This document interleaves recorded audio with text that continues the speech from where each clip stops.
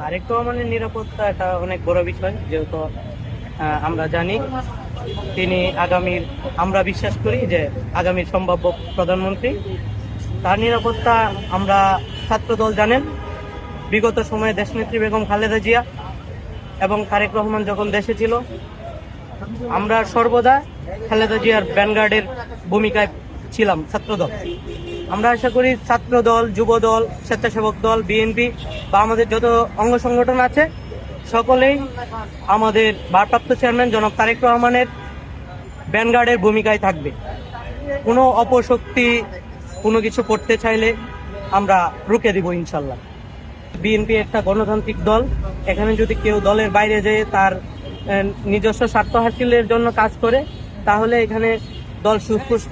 আপনারা জানেন যে আমাদের শহীদ প্রেসিডেন্ট জিয়াউর রহমান বলেছিল যে ব্যক্তির চেয়ে দল বড়, দলের চেয়ে দেশ। এখানে দলের চাইতে যদি ব্যক্তি স্বার্থকে উনি প্রাধান্য দেয় তাহলে উনি যাবে এবং দল তার বিরুদ্ধে সম্পূর্ণ ব্যবস্থা নিবে। এবং যে কর্মী তার দলের সিদ্ধান্তকে ধারণ করেন, আমি মনে করি সে তার দলের আদর্শকে ধারণ করেন। জাইমা রহমান, আপনারা জানেন যে তারেক রহমান দেশান্তরীণ হওয়ার পর থেকেই জাইমা রহমানও দেশান্তরীণ তারেক রহমানের সাথে।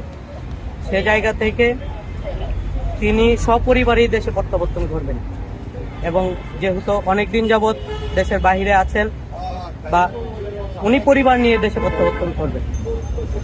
খালেদা জিয়ার শারীরিক অবস্থা সম্পর্কে আপনারা দেখেছেন, আমাদের যে ওনার যে মেডিকেল বোর্ড আছে এবং মেডিকেল বোর্ডের বা ওনার চিকিৎসার দায়িত্বে যে প্রধান ডাক্তার জাহিদ হাসান, উনি সংবাদ সম্মেলনের মাধ্যমে বলেছেন আমাদের দেশনেত্রী উনি ওনার যে চিকিৎসা প্রয়োজন সেটা গ্রহণ করতে পারছেন এবং উনি আগের চেয়ে ইনশাল্লাহ সুস্থ আছেন এবং আমরা আশা করি খুব শীঘ্রই উনি সুস্থ হয়ে আবার এই দেশে হাল ধরবেন এবং নেতৃত্ব দিবেন।